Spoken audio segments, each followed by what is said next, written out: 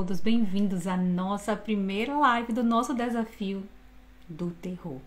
Então, hoje nós vamos começar analisando o primeiro conto do nosso desafio, que se chama O Gato Preto, de Edgar Allan Poe.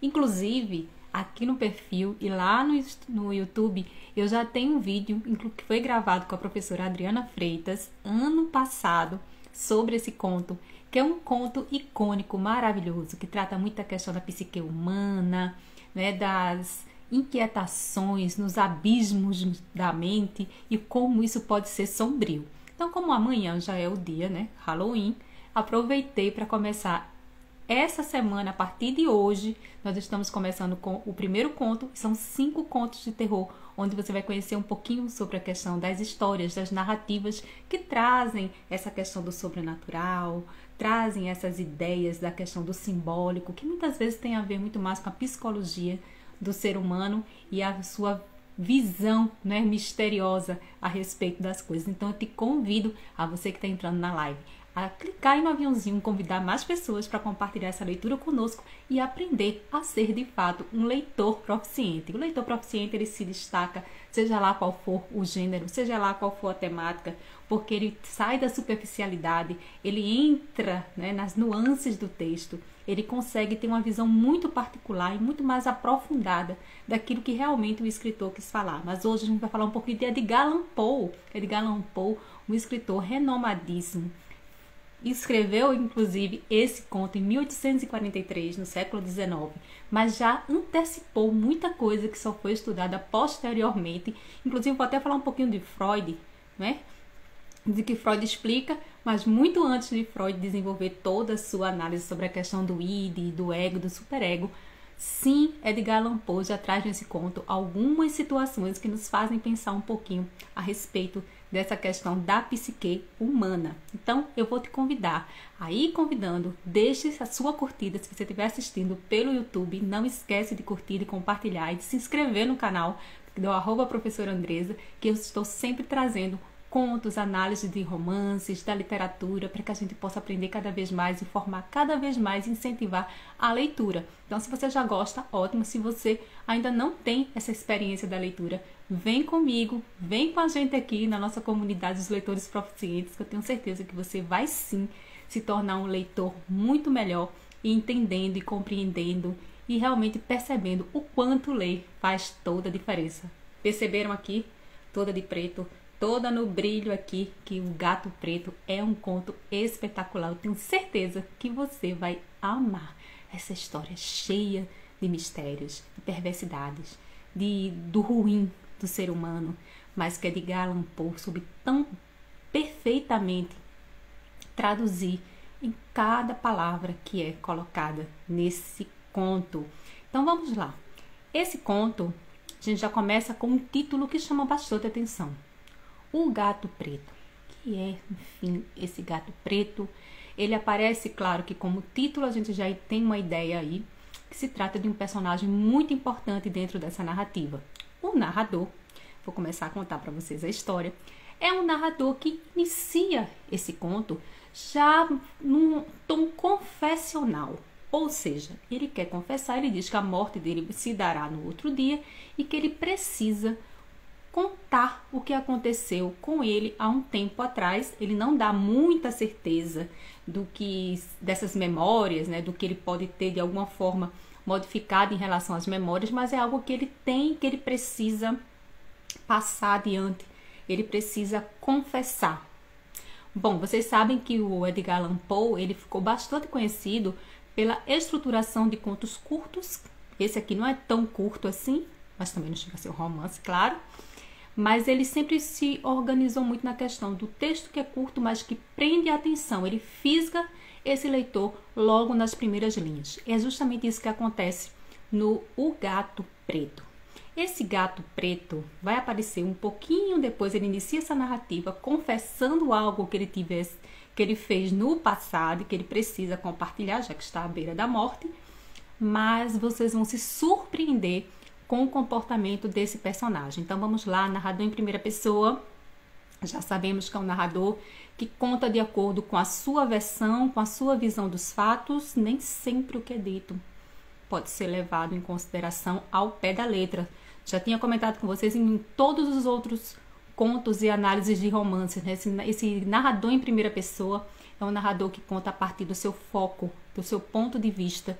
E todas as vezes que nós contamos algo a respeito de uma situação com base na nossa interpretação dos fatos, é claro que a gente pode aumentar um pouquinho, ou diminuir um pouquinho, ou tentar validar uma parte ou mais daquilo que a gente vai contar, mas é importante considerar que esse narrador em primeira pessoa, ele vai tentar justificar muitas atitudes que ele toma durante o enredo, porém a gente sabe que muitas delas não têm qualquer justificativa.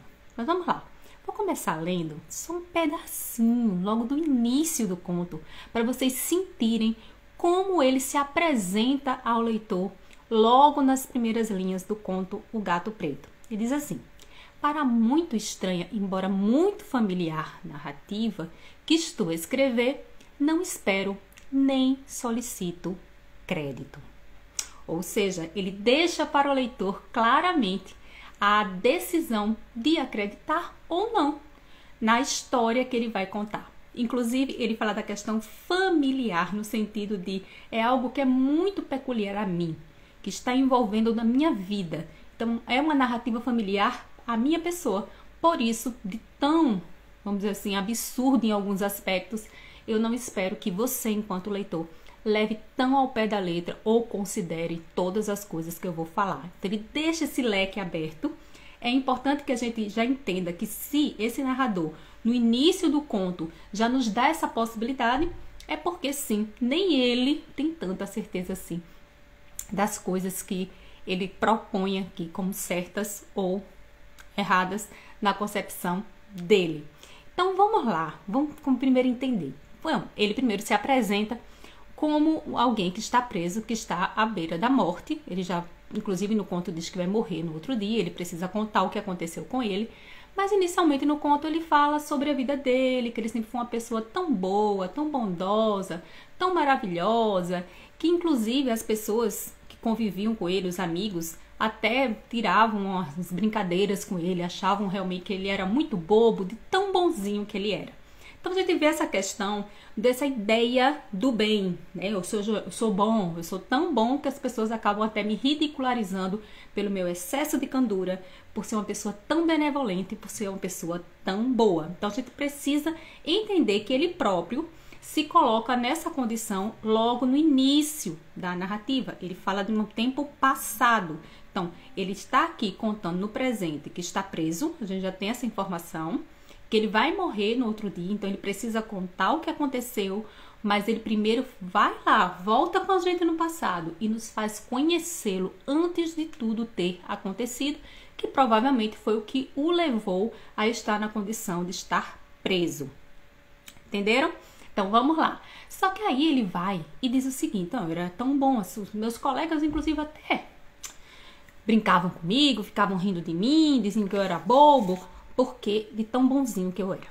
Só que aí ele fala que não sabe explicar, mas sempre gostou muito de animais e de animais diferentes.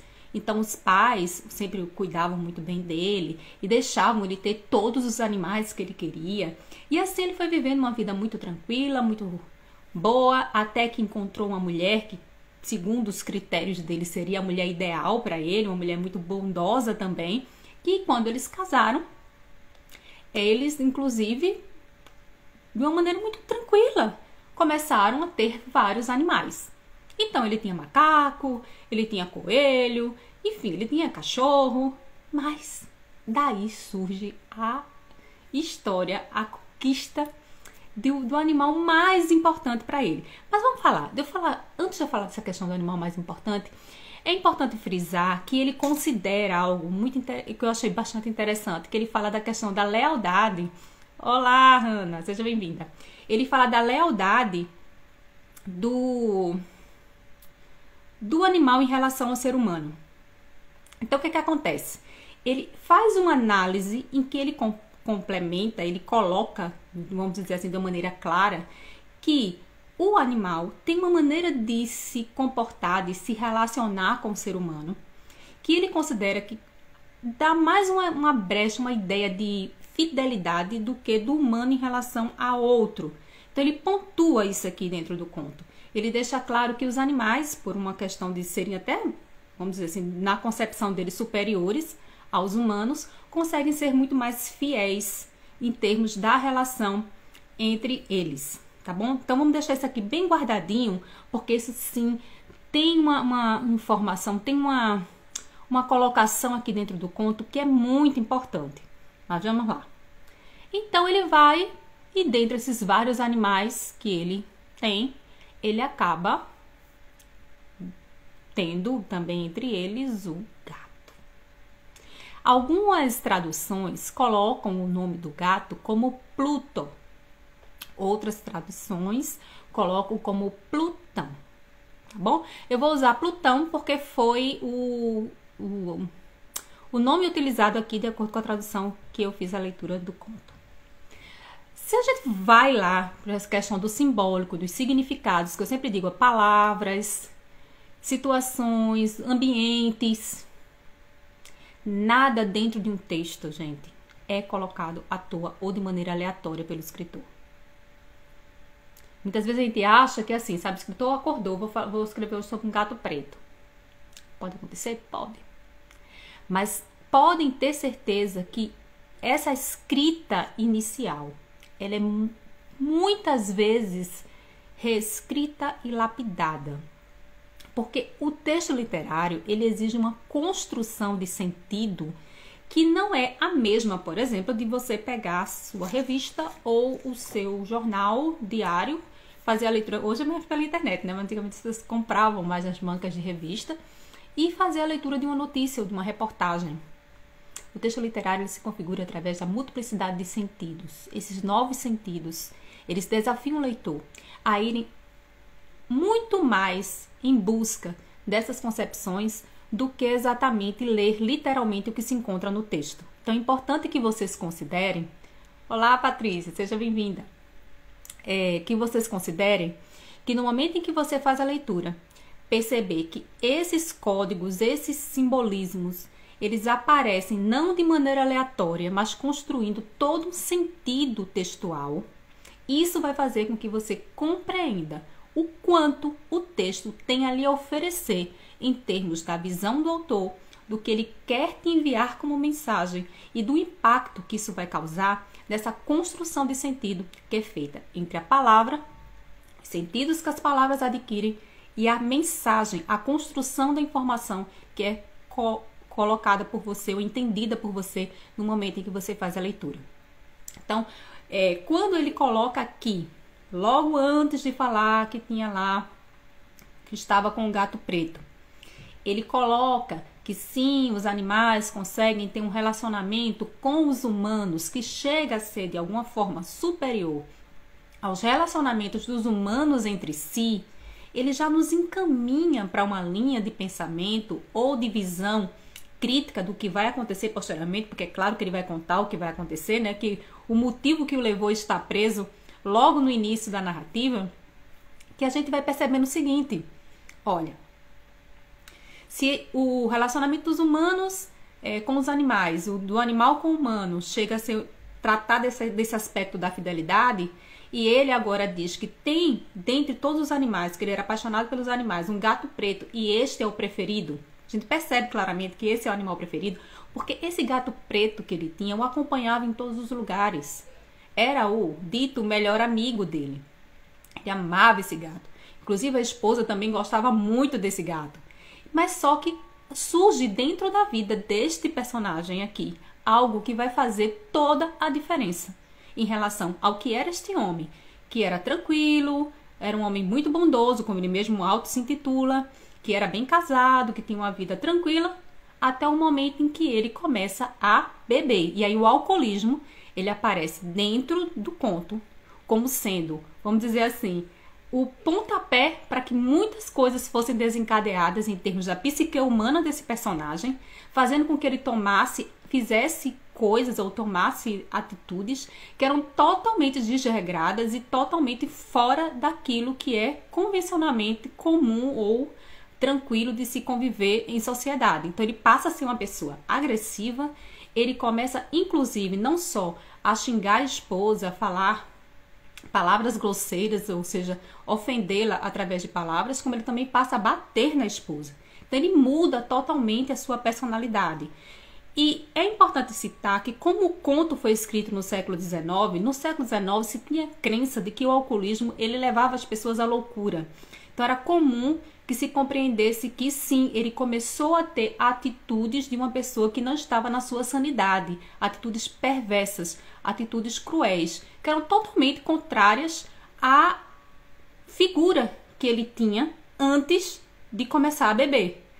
Isso mesmo, Patrícia. Inclusive, ele usa termos como eu me transformava em algo satânico, algo como se fosse o próprio demônio. Eu não me reconhecia mais. Essas frases, elas são colocadas o tempo todo dentro do conto. Porque ele quer, na verdade, dizer o seguinte, olha, o que me levou a me tornar essa pessoa tão perversa, tão cruel, foi o alcoolismo. Eu comecei a beber e eu mudei. E ele diz que se distanciou tanto da essência dele, daquilo que ele era, que ele nem conseguia mais ser o que ele era antes. Então, ele diz que ele é como se ele bebesse, ele fizesse uma série de coisas horrorosas, depois ele, de alguma forma, pensasse um pouco ou se arrependesse das coisas que ele estava fazendo, porém, depois ele achava, vou continuar fazendo errado mesmo, assim. Não existia vamos dizer assim, algo que realmente mudasse, né? Que fizesse com que ele tomasse uma atitude diferente ou que ele quisesse sair daquela situação. Então ele começa realmente a tratar mal a esposa, começa a maltratar os animais que ele tinha. Só que o gato preto é o último animal ao qual ele começa a ter esse tipo de atitude. E daí o gato preto instintivamente começa a perceber que o dono não era mais aquele, vamos dizer assim, o dono bonzinho. E o animal começa a se esquivar dele, percebe que ele está se tornando uma pessoa mais agressiva. Então, antes o companheiro de todos os momentos, de toda a vida, né? Aquele companheiro, o gato preto que ele amava tanto, que era o Plutão. Inclusive, Plutão, na mitologia romana, quer dizer que é o deus do submundo. Isso tem uma explicaçãozinha aqui dentro do conto também, vocês vão ver um pouquinho mais na frente. Mas vamos lá. Então o Plutão já ficou com medo dele. Por quê? Porque ele maltratava, chutava o gato, já gritava com o gato começou a ficar com medo. Normal. Só que aí ele começou a ficar com raiva do gato, porque o gato não estava mais se comportando de maneira tão dócil com ele como antigamente. O que era de se esperar, porque ele maltratava o gato, maltratava a esposa, enfim, ele maltratava todo mundo, né? Ele só fazia beber e sair realmente agindo com violência. Num desses dias, quando ele estava saindo, andando lá pela casa dele, o gato acabou passando perto dele, ele ficou com raiva, ele queria ter um contato com o gato reagiu contra, não quis, e aí ele pegou o gato, tirou um canivete de dentro do bolso e ele tirou o olho do gato, ele arrancou o olho desse gato. Então imagine a perplexidade, o terror, né, do que ele fez naquele momento quando ele faz isso. E ele joga o gato pra lá, vai dormir, nem quando foi no outro dia é que ele começou a ficar com um pouquinho de remorso.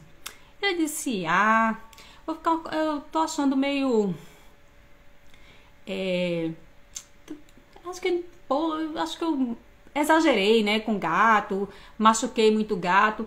Mas aí ele próprio coloca aqui na narrativa que depois deixou pra lá, assim, tô nem ligando mais pro gato.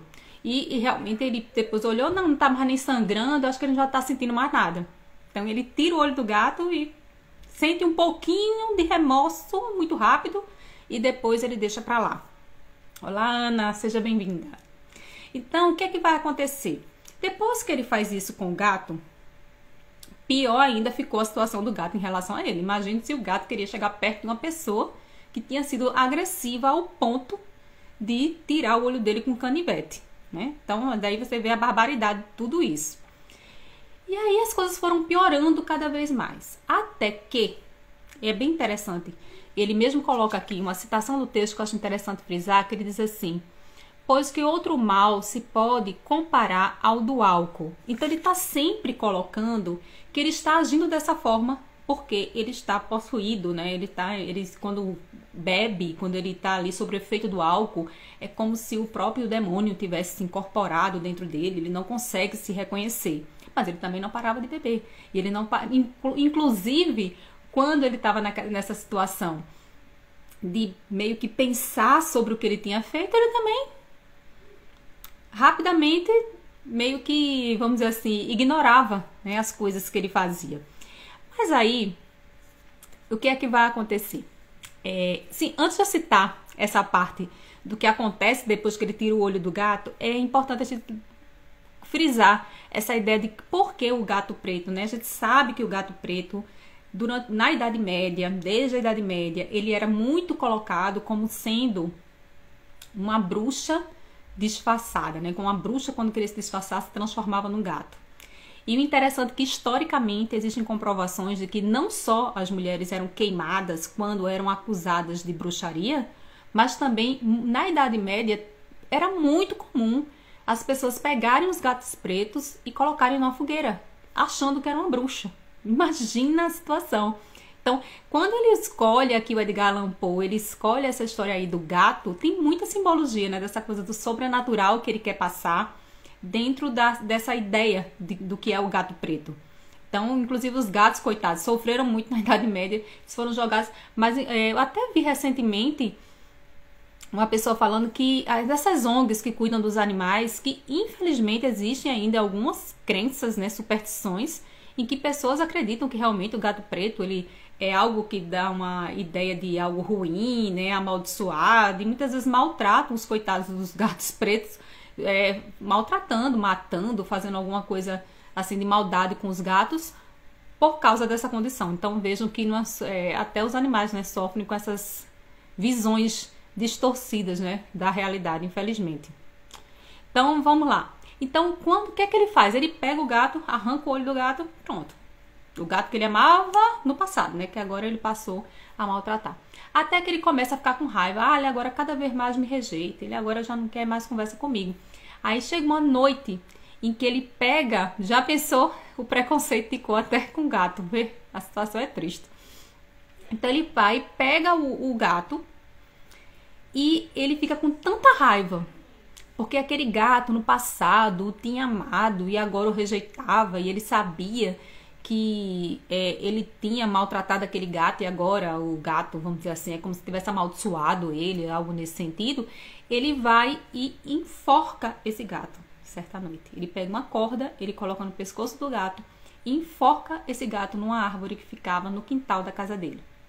Só que nessa mesma noite em que ele enforca o gato, a casa dele começou a pegar fogo. Então ele, desesperado, consegue se salvar lá, ele, a mulher e uma empregada que eles tinham na casa. E ele perde tudo.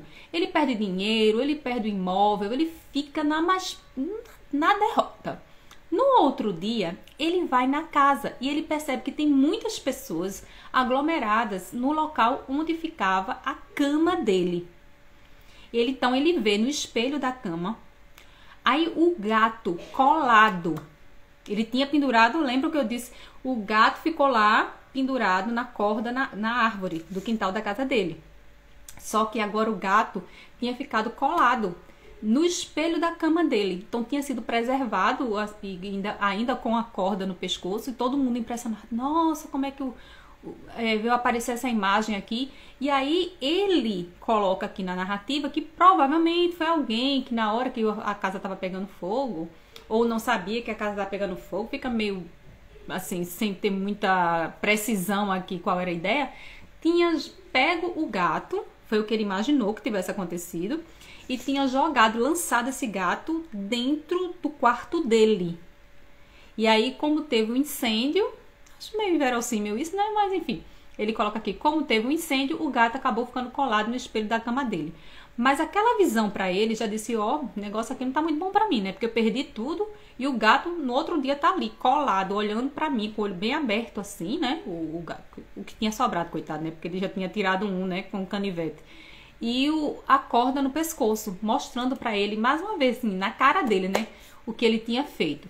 Se a gente for analisar, olhando para uma concepção mais psicológica da psique, a gente vê os desmembramentos do quanto esse homem agora foge do seu sentido, da sua sanidade de fato. da sua visão da realidade, do seu comportamento com tudo que está ao seu redor, por causa, claro, tem uma relação com o alcoolismo, mas a gente vê também, Freud ele explica isso anos e anos depois, né? Mas Freud explica também essa questão, né, do id, do ego, do superego. Não seria o id, o personagem da narrativa, né, agindo por instintos de uma maneira totalmente descontrolada, sem nenhum senso de crítica? Não seria o gato a visão do que seria o superego, sendo aquele que iria de alguma forma controlar esses instintos do id? Então, o superego, no caso, se a gente vai por essa análise mais voltada para a questão da psicologia, ele seria justamente a visão desse gato, né? Tá ali diante de você o tempo todo, te mostrando, né? De alguma forma te recriminando pelas tuas atitudes instintivas. Então, o gato, ele aparece também dentro dessa perspectiva quando a análise vai para essa questão mais psicológica, né? Da mente humana e do que pode surgir desse comportamento humano. A gente também pode levar isso em consideração. Só que aí, depois disso... Olá, seja bem-vindo.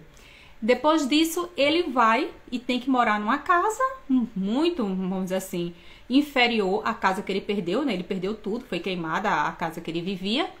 E ali ele começa, de alguma forma, aquela história de vida que segue. O gato eu matei mesmo, ficou lá, morto, né? Enfim, vou começar tudo de novo. Só que aí, certo dia, ele vai pro local onde ele costumava beber, né? Como sempre. E em cima de um barril, ele vê um gato preto, deitado.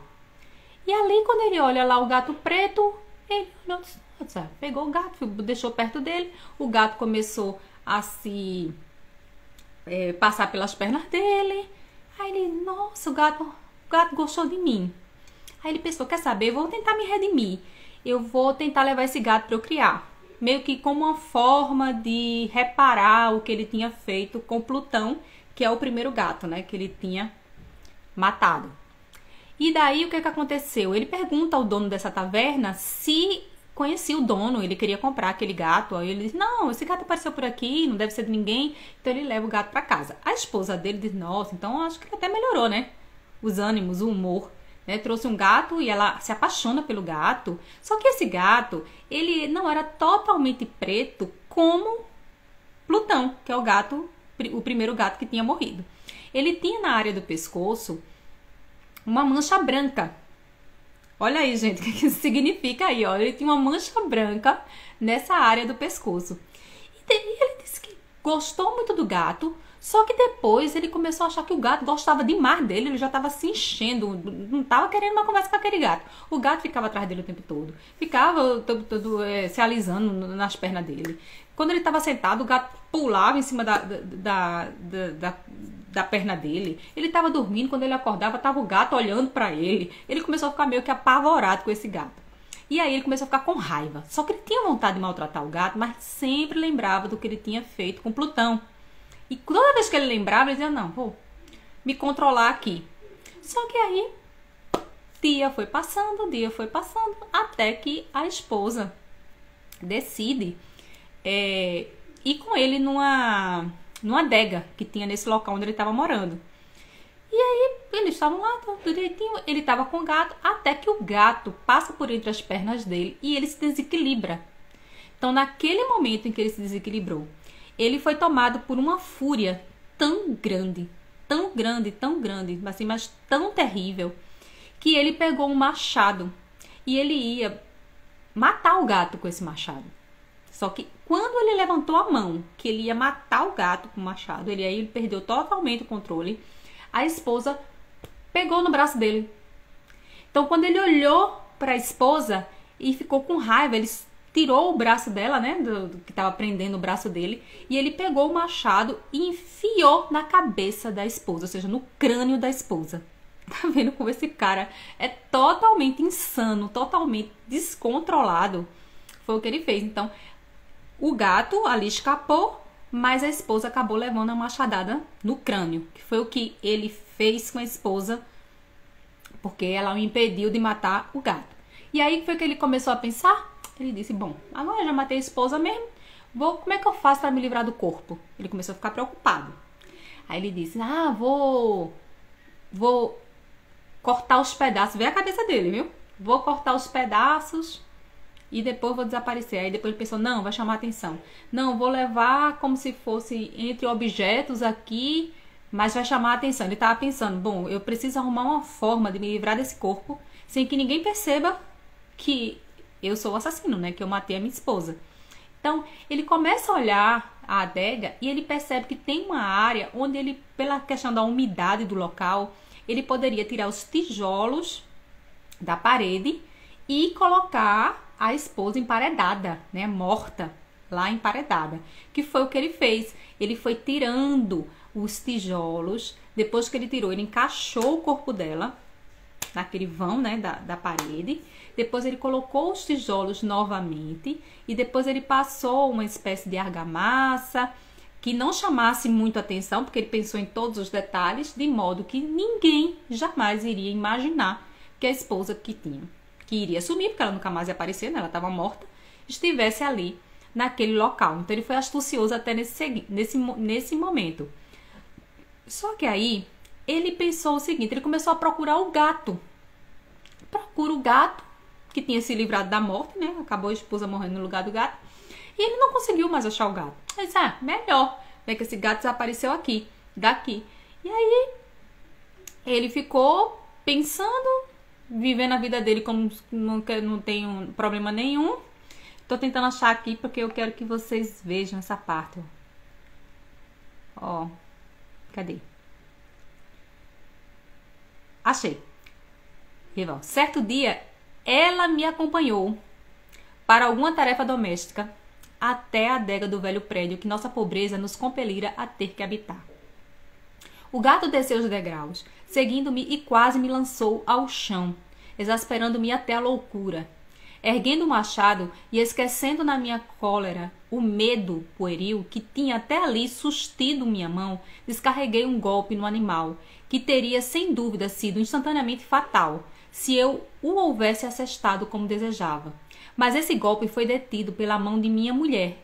Espicaçado por essa intervenção, com uma raiva mais do que demoníaca, arranquei meu braço de sua mão e enterrei o machado no seu crânio. Ela caiu morta imediatamente, sem um gemido. Aí ele coloca aqui que depois de ter feito toda essa parte aqui, né, que colocou o corpo da mulher, ele diz assim, fiz a limpeza do chão com mais minucioso cuidado. Olhei em torno com um ar triunfal e disse a mim mesmo, aqui pelo menos meu trabalho não foi em vão. Então você vê a capacidade, a frieza dele, né? Ele tinha acabado de matar a esposa num acesso de fúria, de raiva. Ele empareda essa esposa, mas ele tem cuidado em se livrar da situação de ser preso. Ele está preocupado com ele, não com ela, não com o gato. Ele não estava pouco se lixando para o que tivesse ao redor dele.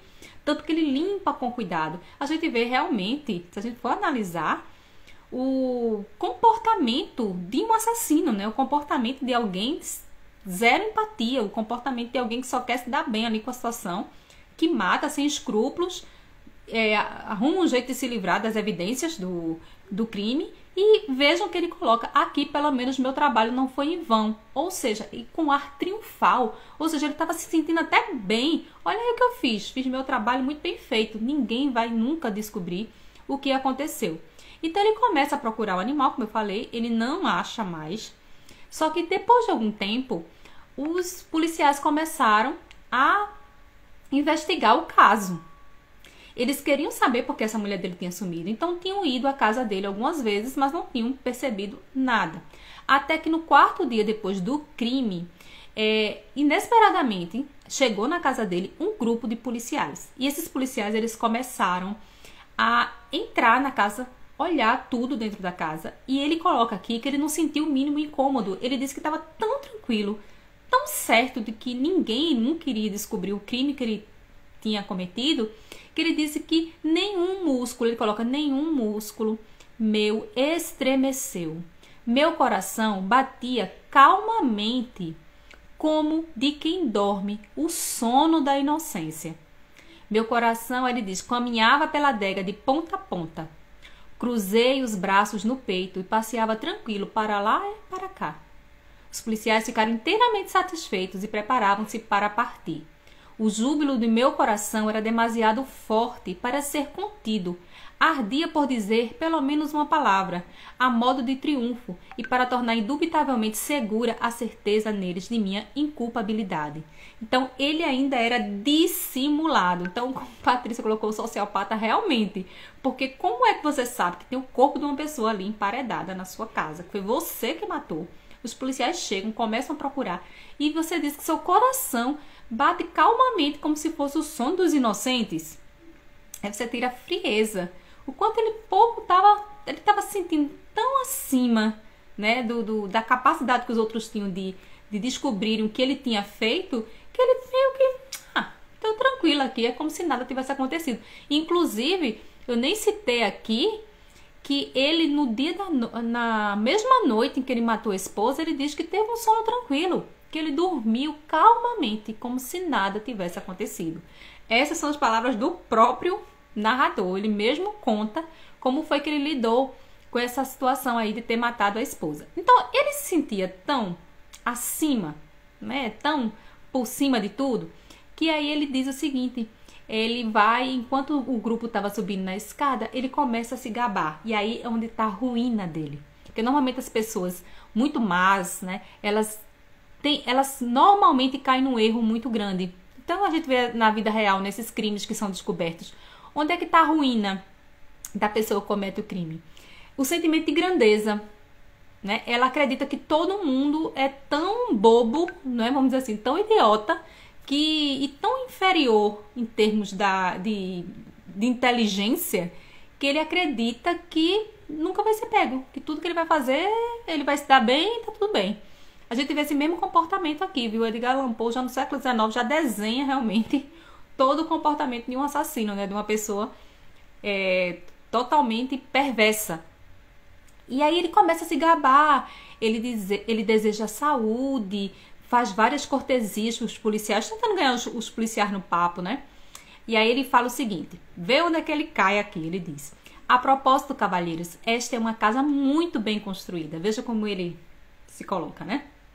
No meu violento desejo de dizer alguma coisa com desembaraço, eu mal sabia o que ia falando. Posso afirmar que é uma casa excelentemente bem construída. Essas paredes já vão indo, senhores. Essas paredes estão solidamente edificadas. Vê. E aí, por simples frenesi de bravata, bati pesadamente com uma bengala que tinha na mão, justamente naquela parte do entijolamento, por trás do qual estava o cadáver da mulher de meu coração.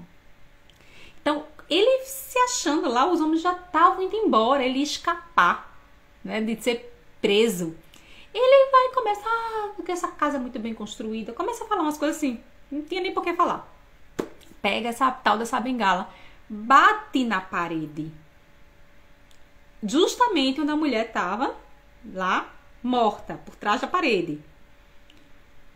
Imagine o que é que vai acontecer. Surpreendente o que acontece nesse momento.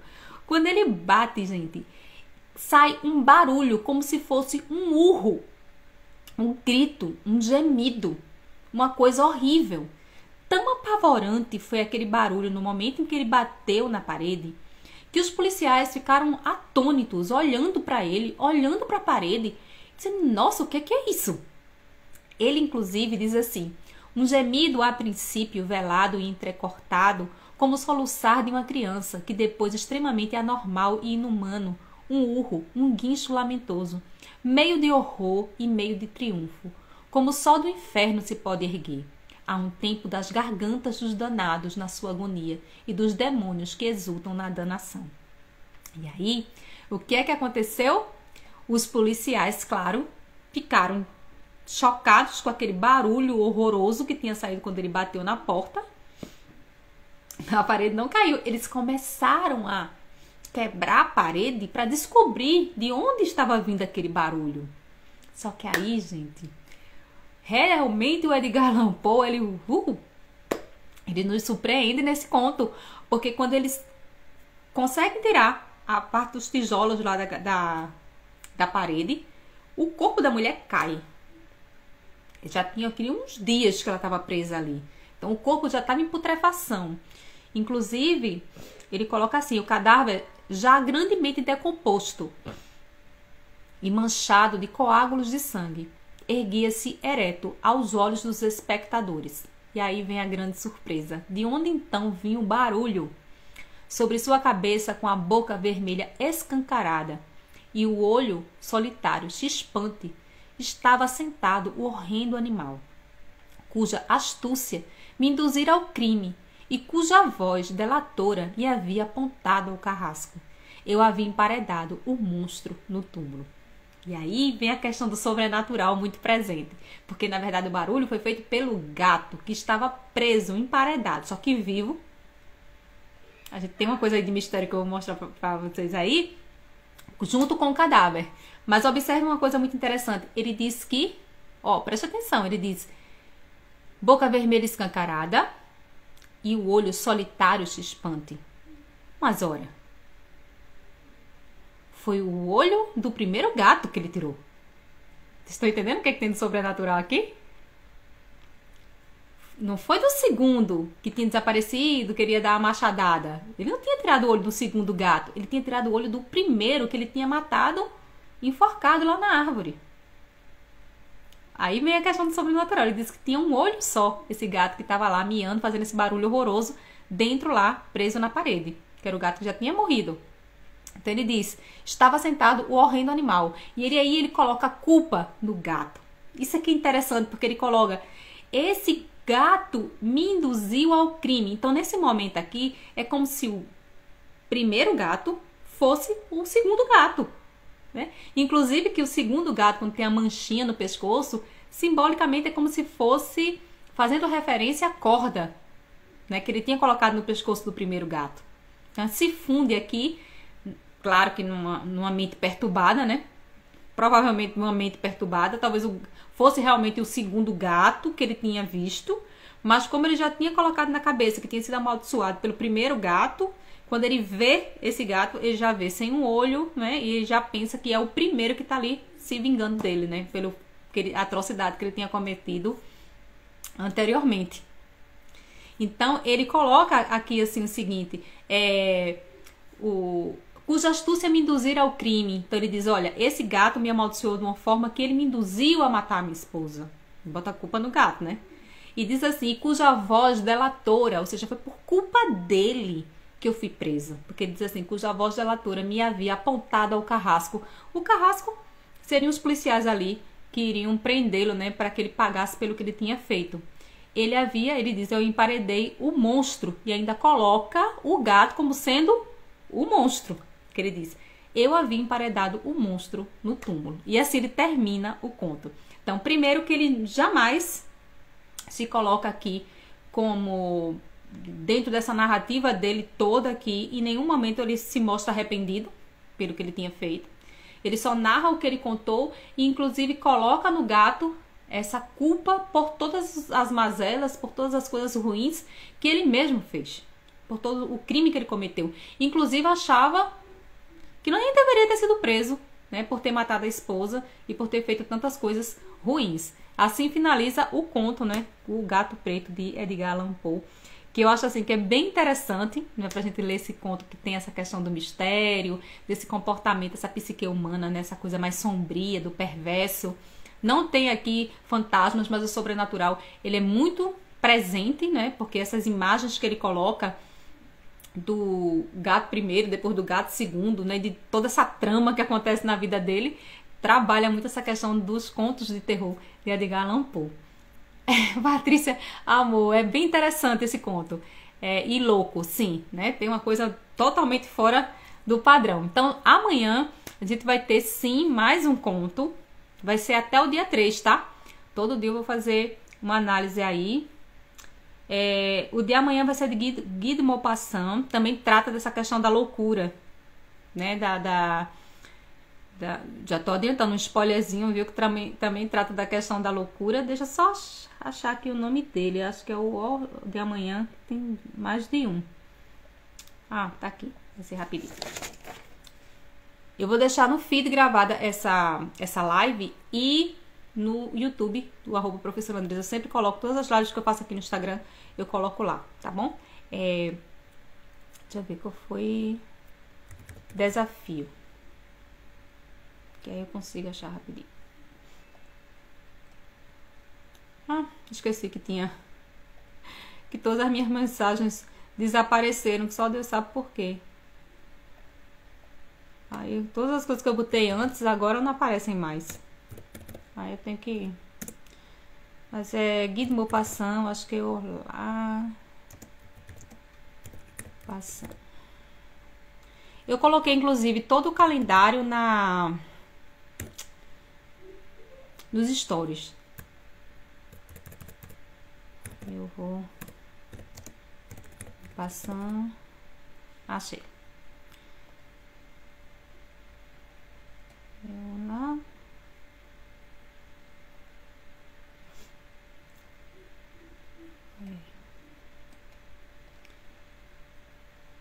Menino, deu o tilt aqui no juízo. Mas é também sobre essa questão da loucura. O personagem, ele começa a ver como se fosse um outro ser que fica falando coisas para ele e o fazendo ter atitudes fora do comum. Tá bom? Então, Leorlá. Achei aqui. É Leorlá.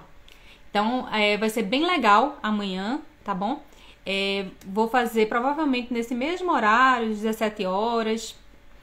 E eu vou colocando para vocês nos stories. Então, vamos lá, vamos ler todos, entender todos esses contos. Eu coloco o link depois, quem quiser pode pedir que eu coloco o link para vocês dos contos.